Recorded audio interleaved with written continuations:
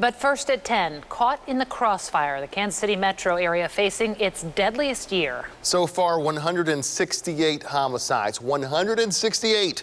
And some of our youngest and most vulnerable are among the rising numbers, including a 17-year-old in KCK. Jose Kimball Manning, he was about to enter his senior year of high school.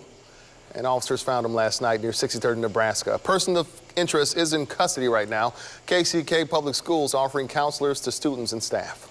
Too many sad stories like these. Keep in mind one of the young victims from our area, a 4-year-old boy named Legend Taliaferro. His death garnered widespread media attention and even inspired a national task force on crime. But keep in mind there are other cases involving children you don't hear about. Already this year, Children's Mercy has treated 44 kids for gunshot wounds, sobering statistics for those helping victims and their families. Several adults, several kiddos, and Mom needs some housing resources. Lindsay Moran might not wear a badge or a uniform, but when tragedy strikes, she's there at the scene alongside KCPD officers. She was the social worker who responded when a gunman shot and killed 4-year-old Legend Taliaferro as the little boy slept inside his Kansas City apartment. Our captain at our division called me that morning and asked that I come out. We were able to meet with the family. In those moments, you are experiencing the human condition at its just most raw element, right? One of our roles, we get to kind of explain what's going on. While they comfort families, officers are able to focus on the job at hand. It enables us to gather the information that is so critical and so needed for the investigation.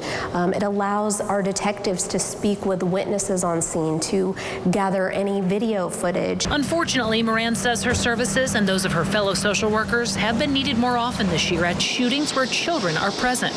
That includes an 11-year-old girl who was shot in the arm when bullets pierced her home in February. I know in my division we had several children over the past couple of months, I think 6 total, who were shot, not killed, but still shot, and that's a traumatic injury. Beyond the kids who were hit, she says her division alone has also seen more than 30 reports where homes or cars were shot into with children inside.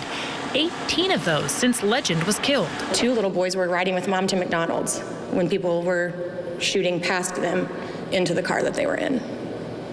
So doing basic child things like going to dinner at McDonald's, and they ended up both being treated at Children's Mercy for those gunshot wounds. It's a tragic trend being seen in the emergency room, too.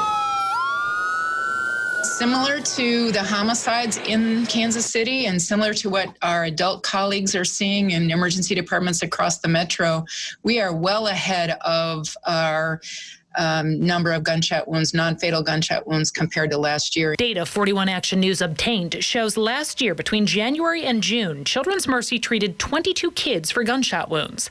In the first 6 months of this year, they've seen 38, an increase of 16 children. And in large part, those are not kids getting into guns. Those are kids that are getting caught in the crossfire. While the severity of the injuries varies, there's one thing that's consistent. Even if the child recovers physically, there's a lasting emotional and psychological impact on those kids and the members of their families. Because of the toll it's taking on local children and their families, Moran agrees with the sentiments expressed by police and health officials alike. Put the guns down, please.